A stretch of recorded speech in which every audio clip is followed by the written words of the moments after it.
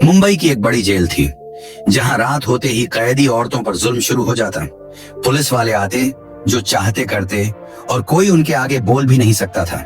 सब औरतें डर के मारे चुप रहती।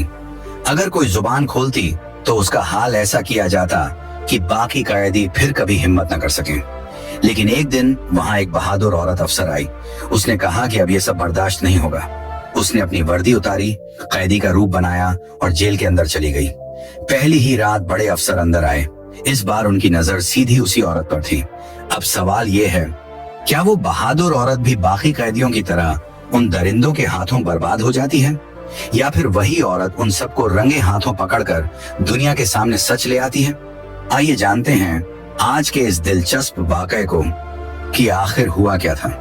दोस्तों, मुंबई एक ऐसा शहर है जो बाहर से जितना रोशन, चमकता दमकता और दिलकश दिखता है, अंदर से उतना ही अंधेरों और भयानक सच्चाइयों से भरा हुआ है। कहा जाता है कि यह शहर कभी नहीं सोता। दिन हो या रात, इसकी सड़कें हमेशा जागती रहती हैं। इसी मुंबई शहर में एक निडर और सख्त मिजाज police officer SP Radhika Singh तैनात थी। राधिका बाहर से परसकून और सुलझी हुई नजर आती थी, लेकिन अंदर से वो फौलाद की तरह सख्त, इंसाफ के लिए बेरहम और उसूलों पर कायम खातून थी। मुंबई के बड़े से बड़े मुजरिम का हाल ये था कि उनका नाम सुनते ही लर्जने लगते। मशहूर था कि अगर कोई मुजरिम कसूरवार न भी हो तो सिर्फ राधिका सिंह के खौफ से अपने गुनाह कबूल कर लेता था। राधिका एक छोटे कस्बे गया से निकलकर इस बड़े शहर मुंबई में अपनी मेहनत और जद्दोजहद के दम पर एसपी के ओहदे तक पहुंची थी। उनकी जिंदगी किसी फिल्मी कहानी से कम न थी।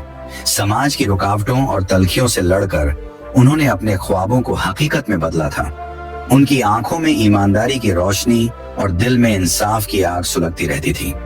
वो सिर्फ पुलिस ऑफिसर नहीं थी, बल्कि उन सब के लिए उम्मीद की किरण थी जिन पर जुल्म ढाया गया था। उनका एक असूल अटल था, जालिम चाहे कितना ही बड़ा क्यों ना हो, सजा जरूर पाएगा।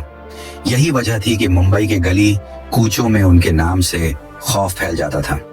एक दिन की बात है, सुबह का वक्त था। एसपी राधिका सिंह अपने ऑफिस के केबिन में बैठी चाय की चुस्कियां ले रही थी और सामने पड़े ताजा अखबार की सुर्खियां पढ़ रही थी कि अचानक दरवाजा खुला। अंदर आया एक हल्की सी घबराहट में डूबा हुआ जेल का मुलाजिम महेश, जो मुंबई वीमेन जेल में किचन असिस्टेंट और सफाई के काम पर मामूर था। महेश का चेहरा पिला पड़ा हुआ था। वो हिचकिचाते हुए बोला, मैडम, मुझे आपसे एक निहायत जरूरी बात करनी है। राधिका ने अखबार मेज पर रखा, चाय का कप हल्के से साइड पर किया और संजीदगी से बोली, हाँ महेश, कहो क्या बात है। महेश ने खौफजदा लहजे में कहा, मैडम, मुंबई जेल में खवातीन कैदी महफूज नहीं हैं। रातों को उनके साथ बहुत बुरा सलूक किया जाता है। उन्हें डराया धमकाया जाता है और उनका इस्तेहसाल किया जा रहा है। राधिका सिंह के चेहरे पर गहरी संजीदगी छा गई। उन्होंने सख्त लहजे में कहा, तुम्हें अंदाजा है कि तुम कितना संगीन इल्जाम लगा रहे हो? महेश की आवाज कांप रही थी। जी मैडम, मगर मैं सच बोल रहा हूँ। जो पुलिस वाले दिन में ड्यूटी करते हैं, वही रात को ख्वातीन कैदियों के साथ जुल्म करते हैं। वो उन्हें डराते हैं और उनकी मजबूरियों का फायदा उठाते हैं। राधिका की आंखों में गुस्से की चमक उभर आई। क्या तुम्हारे पास इसका कोई सबूत है? महेश ने गहरी सांस ली और बोला, मैडम, मैंने सब कुछ अपनी आंखों से देखा है, लेकिन मेरे पास न सबूत जमा करने का इख्तियार है न हिम्मत। अगर मैं आवाज उठाता तो शायद आज जिंदा न होता। इसीलिए मैं आपके पास आया हूँ, क्योंकि मुझे आप पर भरोसा है। राधिका लम्हा भर के लिए खामोश हो गई। उनके माथे पर बल नुमाया हो गए। महेश, जब मैं पिछले हफ्ते जेल के दौरे पर गई थी तो किसी भी कैदी औरत ने शिकायत क्यों नहीं की? महेश ने नजरें झुकाकर कहा, मैडम, वो सब खौफ के साए में जीती हैं। उन्हें धमकाया जाता है कि अगर जुबान खोली तो उनका ऐसा अंजाम होगा जिसका वो तसव्वुर भी नहीं कर सकती। राधिका ने अपनी कुर्सी से उठकर खिड़की की तरफ देखा। लम्हा भर की खामोशी के बाद उनका लहजा फौलाद की तरह सख्त हो गया। महेश, तुमने बहुत हिम्मत दिखाई है। अब मेरी बारी है। आज ही शाम को बिना इतला दिए मैं खुद जेल का दौरा करूंगी। दोस्तों, एसपी राधिका सिंह जैसे ऑफिसर इस समाज में शाज और नादिर ही पैदा होते हैं। वो खातून थीं जिन्होंने अपनी वर्दी को ताकत का नहीं बल्कि इंसाफ का हथियार बनाया। उनके नजदीक औरत सिर्फ कमजोर जिस्म नहीं बल्कि एक मुकम्मल इंसान थी, और वो जानती थी कि जब समाज बार बार एक औरत पर उंगली उठाता है तो वो जख्म कितने गहरे होते हैं। वो दर्द वही समझ सकता है जिसने खुद कभी तन्हाई में वो सब कुछ सहा हो। इसी अज़्म और इसी जिगर के साथ राधिका सिंह एक शाम मुंबई विमेन जेल के गेट पर पहुंची। कागजी कार्रवाई, रस्मी सलामी और प्रोटोकॉल के बीच सुपरिंटेंडेंट ने बड़ी मुस्तैदी से उन्हें हर कोना दिखाया। फाइलों में सब कुछ तरतीब से था, रजिस्टर में कोई कमी नहीं थी और बाहर से देखने पर जेल बिल्कुल एक मॉडल की तरह लग रही थी। लेकिन राधिका के तजुर्बाकार दिल को मालूम था कि असल चेहरा हमेशा उन दीवारों के पीछे छुपा होता है जहां आम निगाहें नहीं पहुंच सकती। उन्होंने कैदी ख्वातीन को अलग अलग कमरे में बुलाकर उनसे बातचीत की, मगर हर सवाल का जवाब सिर्फ खामोशी था। किसी की आंखें नीचे झुक जाती, किसी के होंठ कांपते मगर अल्फाज बाहर न निकलते। खौफ, थकन और एक अजीब सी बेबसी का बोझ हर चेहरे पर लिखा था। राधिका ने फौरन महसूस किया कि ये वो खामोशी है जो हजारों चीखों से ज्यादा खौफनाक होती है। जब तक उन कैदियों को ये यकीन न दिलाया जाए कि उनकी हिफाजत कोई कर रहा है, तब तक वो अपनी जुबान नहीं खोलेंगी। अगले दिन राधिका अपने केबिन में बैठी थी। सामने फाइलें खुली थीं, मगर उनकी नजरें खला में गुम थीं। उनके चेहरे पर वही सवाल बार बार उभर रहा था, सच को सामने कैसे लाया जाए? ये सवाल ही उनके लिए फैसला बन गया। उन्होंने अपनी जिंदगी का सबसे बड़ा और खतरनाक कदम उठाने का सोच लिया। वो जानती थीं कि अब वक्त आ गया है पर्दा हटाने का, चाहे इसके लिए अपनी जान को दांव पर क्यों न लगाना पड़े। उन्होंने अपने एक काबिल एतिमाद मातहत को बुलाकर आहिस्ता मगर मजबूत लहजे में कहा, आज रात मैं खुद एक कैदी का रूप धार कर अंदर जाऊंगी। न वर्दी होगी, न पहचान, न कोई इत्तला। तभी तो असल हकीकत सामने आएगी। और फिर वो रात आई, वही काली रात जिसने न सिर्फ राधिका सिंह की जिंदगी को हिलाकर रख दिया, बल्कि इंसानियत, कानून और इंसाफ के सबसे स्याह चेहरे को उनके सामने बेनकाब कर दिया। तारीख थी 18 मार्च, जुमेरात। वक्त था रात के 9 बजे का। मुंबई की फजा में एक अजीब घुटन फैली हुई थी। हवा में नमी थी, जैसे सांस लेना भी मुश्किल हो। जेल के अतराफ पुलिस अहलकार अध सोए, अध जागे अपनी ड्यूटी पर थे।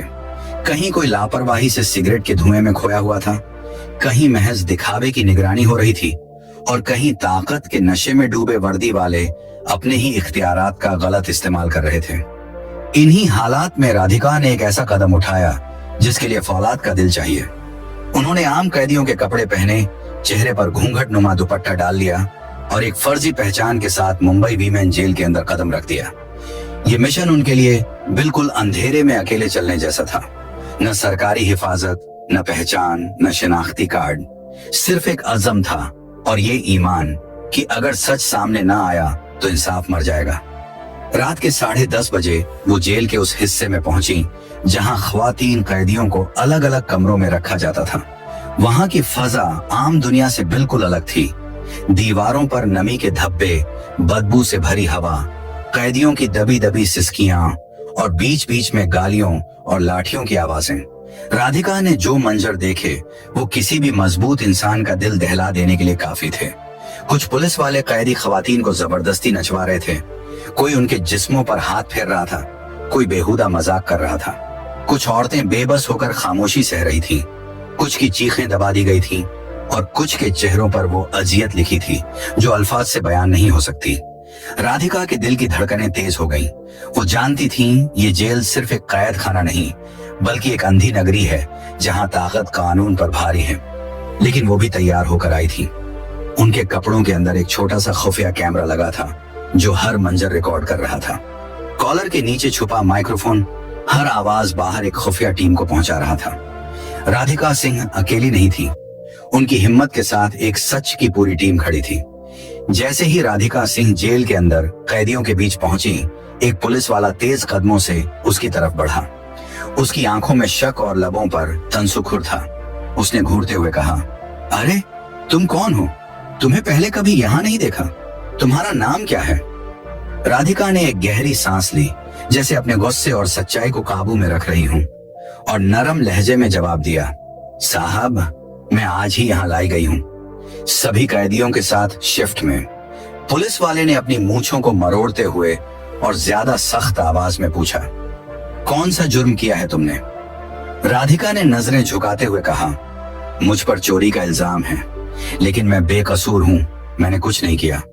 पास ही खड़े 2-3 पुलिस वाले जहरीली हंसी हंसने लगे। एक ने तंजिया कहा, हाँ, हर कैदी यही रट लगाता है, सच तो कभी कोई बोलता ही नहीं। नाम क्या बताया तुमने? राधिका ने अपनी आवाज को नरम मगर वाजह रखते हुए कहा, सुमित्रा, मेरा नाम सुमित्रा है। एक पुलिस वाला हंकार भरते हुए बोला, वाह रे, नाम भी बिल्कुल अजीब है। अच्छा, अब ज्यादा बातें ना करो, हमारे पांव दबाओ, वरना अंजाम अच्छा नहीं होगा। राधिका ने उसकी आंखों में आंखें डालकर सकून मगर फौलादी लहजे में कहा, साहब, मैं यहाँ अपनी सजा भुगतने आई हूँ, आपकी खिदमत के लिए नहीं। जब तक इल्जाम साबित नहीं होता, मैं महज एक मुश्तबा हूँ, गुलाम नहीं। ये जुमला सुनते ही माहौल में तनाव फैल गया। एक पुलिस अफसर का खून खौल उठा। वो गुस्से से चीखा, जुबान ज्यादा चलती है तेरी, जो कहा जाए वो कर, वरना ऐसी कोठरी में डाल दूंगा कि जिंदगी भर रोती रहोगी। राधिका ने अपने लहजे को और मजबूत किया, जैसे डर के तमाम दरवाजे उसके लिए बंद हो गए हों। मैं डरने नहीं आई, मैं यहाँ अपने ऊपर लगे झूठे दाग को धोने आई हूँ। सच को छुपाने के लिए जितनी धमकियां दोगे, उतनी ही मेरी हिम्मत बढ़ेगी। इतने में एक कमजोर और थकी हुई औरत कैदी चुपके से उसके पास आई। उसकी आंखों में आंसू और होंठों पर लड़जाहट थी। वो धीरे से बोली, बैठ जा बहन, इनसे कुछ न कह, जो कहें वैसा ही कर। ये लोग मारते हैं, जलील करते हैं। यहाँ सिर्फ एक असूल है, जियो मगर खामोश रहो। राधिका ने उससे आहिस्तगी से पूछा, तूने कभी इनके खिलाफ आवाज क्यों नहीं उठाई? कैदी ने चारों तरफ खौफजदा नजरों से देखा और सरगोशी में कहा, यहाँ डर है। जिसने जुबान खोली उसे अकेले कमरे में बंद कर दिया गया, और फिर रात को ऐसी बातों में झोंक दिया गया जिनका सोचकर भी रूह कांप जाए। उसी लम्हे एक पुलिस अफसर ने आगे बढ़कर राधिका का बाजू पकड़ा और सख्त लहजे में कहा, बस बहुत हो गया, अब तुझे ऐसे कमरे में ले चलता हूं जहां तेरा सारा गुरूर खाक में मिल जाएगा। राधिका जानती थी कि अब खेल असल तौर पर शुरू हो रहा है। वो खामोशी से उनके साथ चली गई। उन्हें एक तारीक कमरे में धकेल दिया गया जहां सिर्फ 2 पुलिस वाले और वो थीं। दरवाजा अंदर से बंद कर दिया गया। एक अफसर ने करख्त आवाज में कहा, अब बता, तू असल में कौन है? इतना शोर क्यों मचाती है? आजकल की लड़कियां खुद को शेरनी समझने लगी हैं। दूसरे ने मकरू हंसी हंसी, हाँ, हम जैसे पुलिस वाले दोस्त भी बन सकते हैं, और ऐसे दुश्मन भी कि जिंदगी बर्बाद कर दें। राधिका ने पुरसुकून मगर एतमाद भरी निगाहों से उन दोनों की तरफ देखा और बोली, मैंने कुछ गलत नहीं कहा, मगर तुम दोनों मुझे यहाँ क्यों लाए हो? एक पुलिस अफसर ने करीब आकर धमकी दी, चुप रहो, आधे घंटे में तुम्हें तुम्हारी असल औकात बता देंगे। राधिका ने महसूस किया कि अब फैसला कुन लम्हा आ गया है। उन्होंने एक गहरी सांस ली और उनके अल्फाज कमरे में बिजली की कड़क की तरह गूंजे। सुन लो, मेरा नाम सुमित्रा नहीं है, मैं एसपी राधिका सिंह हूँ, और तुम दोनों जो कुछ कर रहे हो हर लम्हा रिकॉर्ड हो रहा है। बाहर पूरी टीम मेरी हर हरकत देख रही है। ये सुनते ही दोनों पुलिस वाले सख्ते में आ गए। उनके चेहरे पर हवाइयां उड़ गईं। अभी जो गुरूर उनकी आवाज में था, वो लम्हे भर में खौफ में बदल गया। राधिका सिंह का चेहरा सख्त और गंभीर था। उनकी आंखों में वो अज़्म झलक रहा था जिसे हिलाना आसान नहीं था। उन्होंने अचानक अपनी असली पहचान जाहिर कर दी। सवाल ये था, राधिका ने अपनी शिनाख्त इतनी जल्दी क्यों खोल दी? असल में वो जानती थी कि सामने खड़े ये दोनों पुलिस अहलकार अभी महज 2 माह पहले ही इस जेल में तैनात हुए हैं। अभी उनकी रूह पूरी तरह काला दाग नहीं बनी थी। अभी उनमें थोड़ी बहुत इंसानियत बाकी थी, मगर वो भी इस करप्ट निजाम के शिकंजे में आकर धीरे धीरे अंदर से गलने लगे थे। राधिका ने उन्हें सीधी नजरों से देखा और धीरे मगर वजनी आवाज में सवाल किया, तुम दोनों का क्या नाम है? एक ने नजरें झुकाकर हिचकिचाते हुए कहा, अर्जुन। दूसरे ने भारी सांस लेते हुए बोला, मेरा नाम विक्रम है। राधिका ने लम्हा भर तवक्कुफ किया, फिर संजीदा लहजे में पूछा, क्या तुम जानते हो तुम इस वक्त किससे बात कर रहे हो? दोनों दरोगा एक दूसरे को देखने लगे और एक साथ बोले, नहीं, और हमें इससे कोई फर्क भी नहीं पड़ता। यहाँ हर कोई झुकता है, तुम भी झुकोगी। बस थोड़ी देर में साहब आ रहे हैं, फिर तुम्हारी सारी अकड़ निकल जाएगी। इस जेल में कोई अफवाह नहीं है, सबको सीधा कर दिया जाता है। राधिका का चेहरा अब फौलाद बन चुका था। लेकिन उनकी आंखों में एक ऐसी रोशनी थी जो उनके अंदर के एतिमाद को जाहिर कर रही थी। वो पूरी ताकत के साथ बोली, सुनो, मैं मामूली औरत नहीं हूँ, मैं मुंबई पुलिस की एसपी हूँ, राधिका सिंह हूँ। और ये बात मैंने तुम्हें इसीलिए बताई है क्योंकि अब तुम्हें मेरे साथ चलना होगा। ये मेरा जाति मिशन नहीं है, ये इंसानियत का मिशन है। अर्जुन और विक्रम दोनों सख्ते में आ गए। एक ने झुंझलाहट में कहा, तो एसपी है तो क्या हुआ, हम भी तो पुलिस वाले हैं, हम कोई आम लोग नहीं।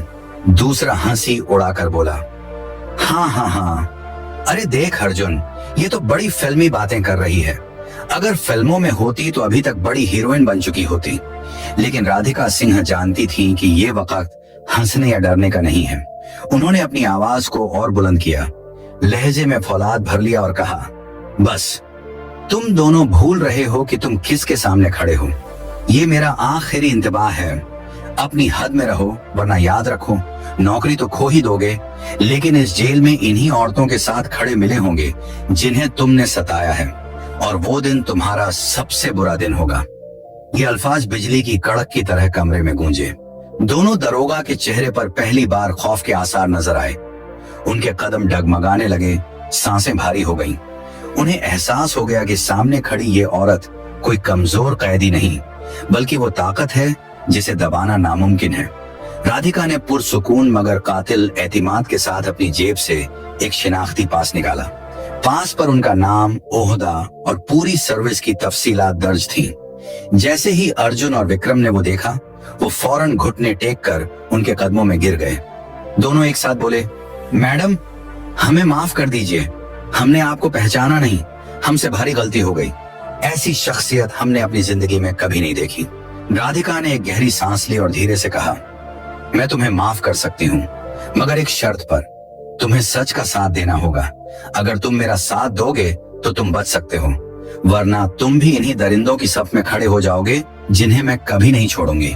अर्जुन और विक्रम फौरन सर झुकाकर बोले, जी मैडम, हम आपके साथ हैं, आप जो कहेंगी हम वही करेंगे।